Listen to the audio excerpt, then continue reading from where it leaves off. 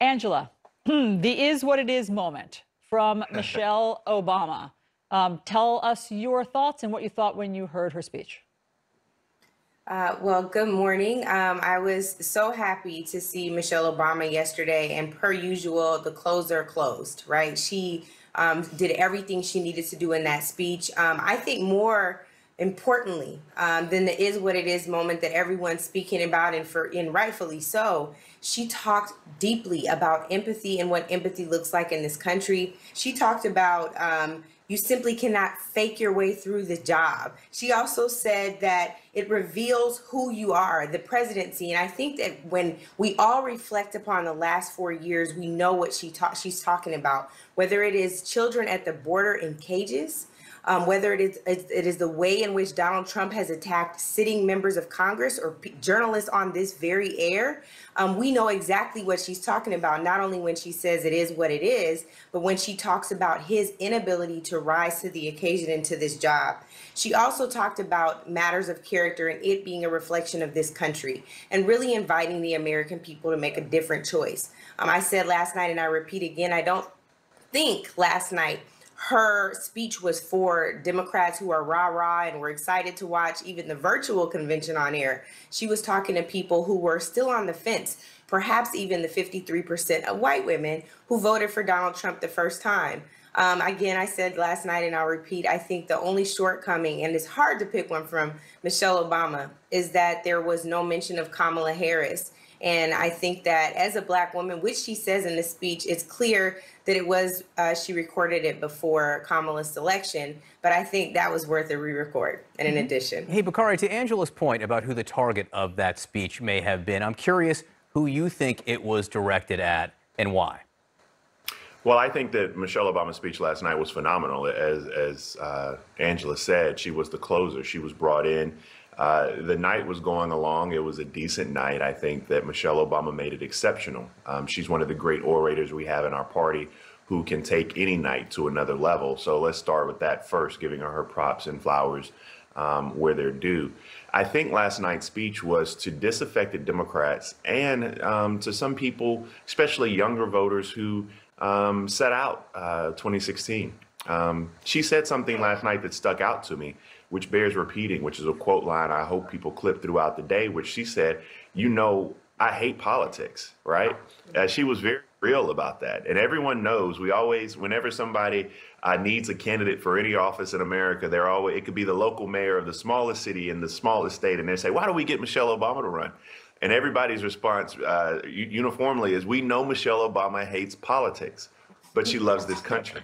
And so, you know, she's putting country before anything else. And she's telling people this election is bigger than that. You don't have to be Gregory, Rye, or Sellers to get out of bed and come be a part of this process.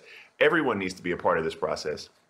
And John, let me tell you, the last thing that I appreciate last night is something that Angela does to me all the time, and my friends like Brittany Patnett and Latasha Brown, something only a Black woman can do.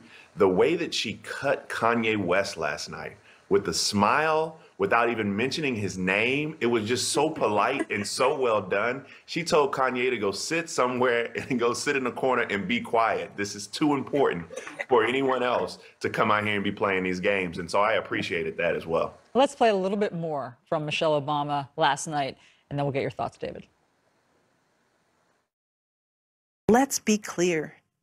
Going high does not mean putting on a smile and saying nice things when confronted by viciousness and cruelty.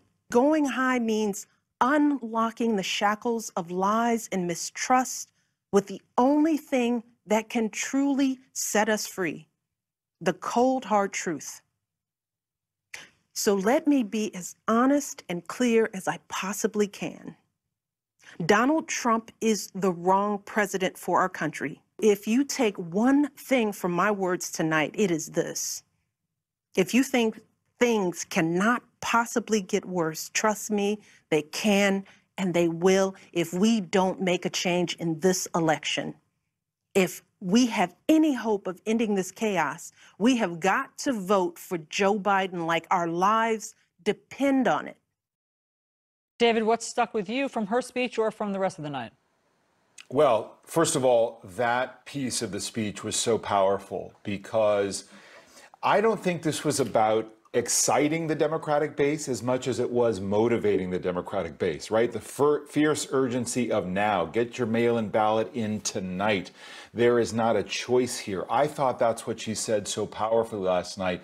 The idea that things can actually get worse. And she means on so many levels, from racial injustice to the pandemic, to corruption, to incompetence. She's saying we've got to act as Democrats. And I think that's what was missing, right? One of the enduring legacies of 2016 is not everybody got out to vote. And then you see what the ramifications are if you are opposed to Trump, if you are a Democrat. So that's what she said very powerfully. I thought the other important point was incompetence. You know, I think that is what gets beyond the Democratic base, beyond the Democrat who is a Trump critic, to perhaps other Republicans, to suburban women, other voter groups that actually, even Obama voters who voted for Trump, to say he's in over his head. I thought that was an incredibly powerful line. And just to the TV part of this, I do think it's extraordinary, as Angela and Bakari said, how good Michelle Obama is. I mean, she's a better speaker than anybody else you heard last night, and she transcended the medium, which was a bit stilted because it was, you know, all they could do. And yet she transcended that. That was you don't get much better than that if you're the nominee, except to make sure that she's on Monday and you don't go till Thursday. Hey, David, what about the non-subtle, like, I mean, aggressively non-subtle message from the rest of the evening? Everyone from Bernie Sanders to John Kasich. John Kasich literally standing at a crossroads when he's telling Republican voters that it's worth voting for Joe Biden and explicitly telling them not to worry about Biden going too far left. How important do you think that message was?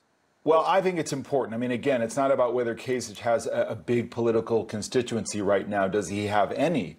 But he said something that was important to conservatives who would, you know, consider Kasich a conservative going back to his days in the House, which is don't be afraid of the left.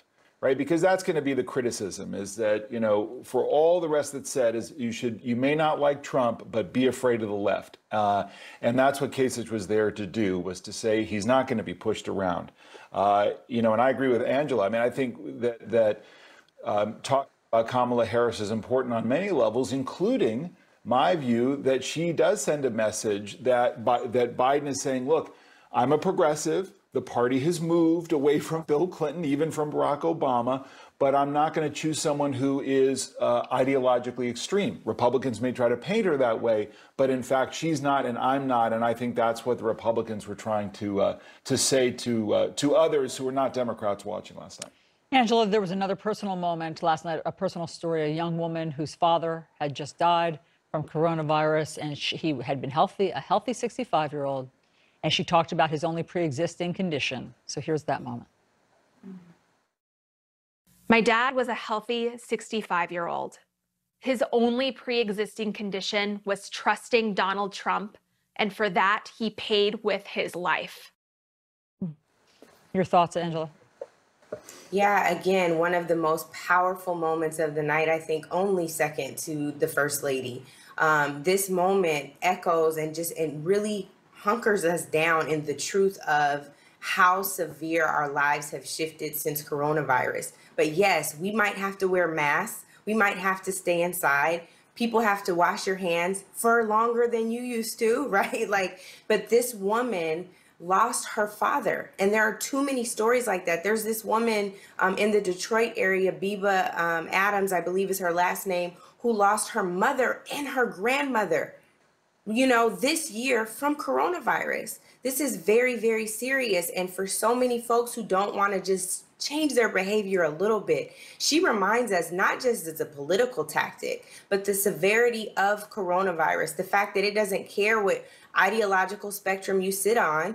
It really is about shifting our behavior and understanding how to deal with pandemics so that American people and everywhere all over the globe can live. I thought it was a very powerful moment because it also needed to remind all of us that, yes, you might be tired of quarantine and being, you know, where you are and doing virtual Zooms. I'm really tired of Zoom. But when you think about what's on the other side, if you don't do what you're supposed to do, I think it spoke volumes.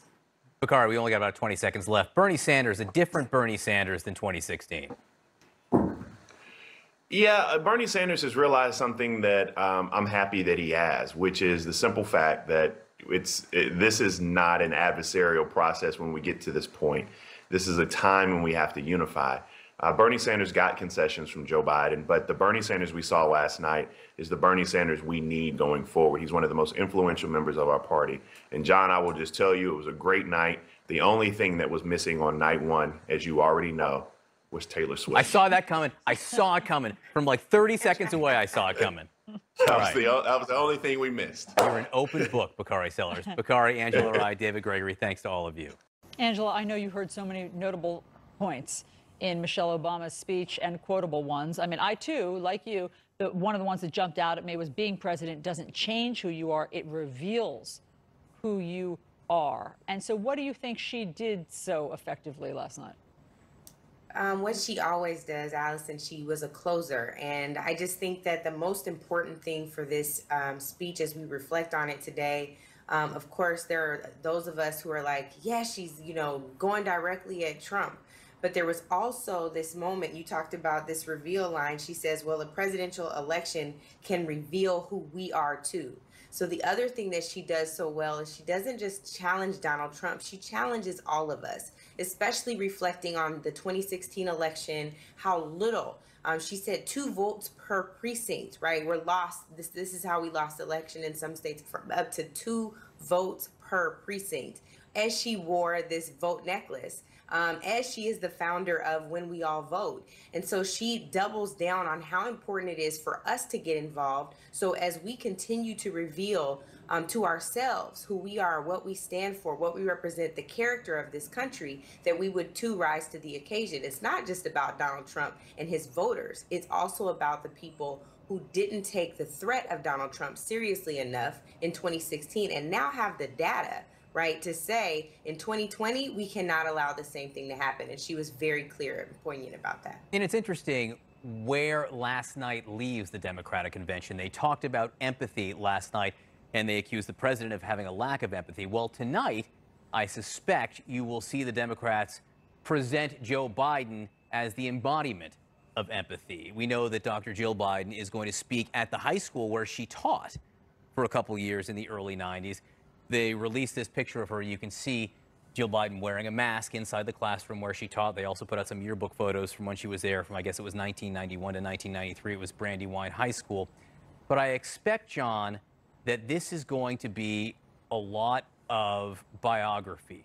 Who Joe Biden is. I know that he was presented to the country in 2008 when he was the vice presidential pick. I know there's been an entire campaign. That still doesn't necessarily mean that everyone knows the story, and I expect we're going to hear a lot of that story from her. Exactly, and we saw little hints of that last night. Joe Biden appeared. Doesn't always happen for a nominee that early in the convention, but he appeared in a conversation listening to people about problems within the country.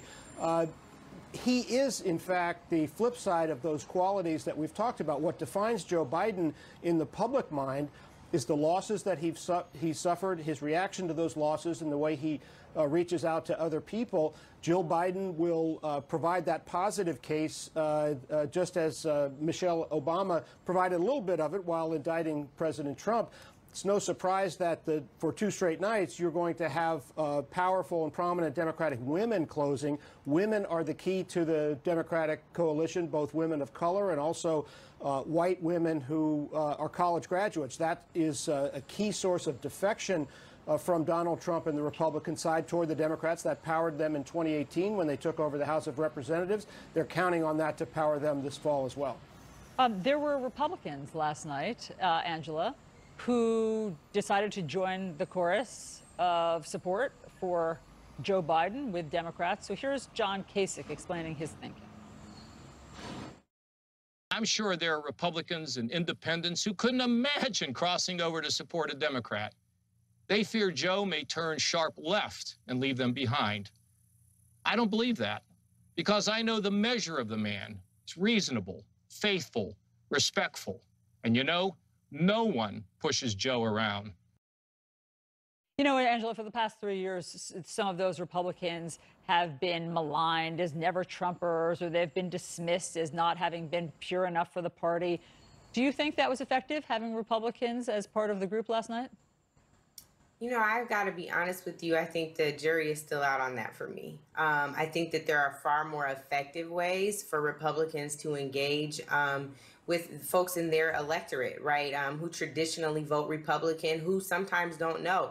Also with independents who are confused and are not sure if, as he mentioned also in his remarks, if going to the far left or too far left will mean that they are left behind. I think it's so important that they are engaged and they're clear. When John was asked by Dana last night if he was planning to campaign for Joe Biden, he's not willing to take that step. And so I think that, again, we're at this point in the country where your actions have to match your rhetoric to ensure success and victory on either side. I have in my devotional this morning, I was just trying to pull this up because I was listening to him, and it says, "For only by being truthful about how we got here can we begin to imagine another way." And so we can talk about that truth, but we also have to live out that truth. Again, the very thing that Michelle Obama called out for all of us to do. And I think it's incumbent upon Kasich and others to do that same thing. It's not enough to be on a video talking about what you're going to do at the polls. It's about ensuring that people do something different as well. Angela Rye, John Harwood, Hey, thanks to both of you. We got to run, John. I'm so sorry. I promise we'll have you back. Okay.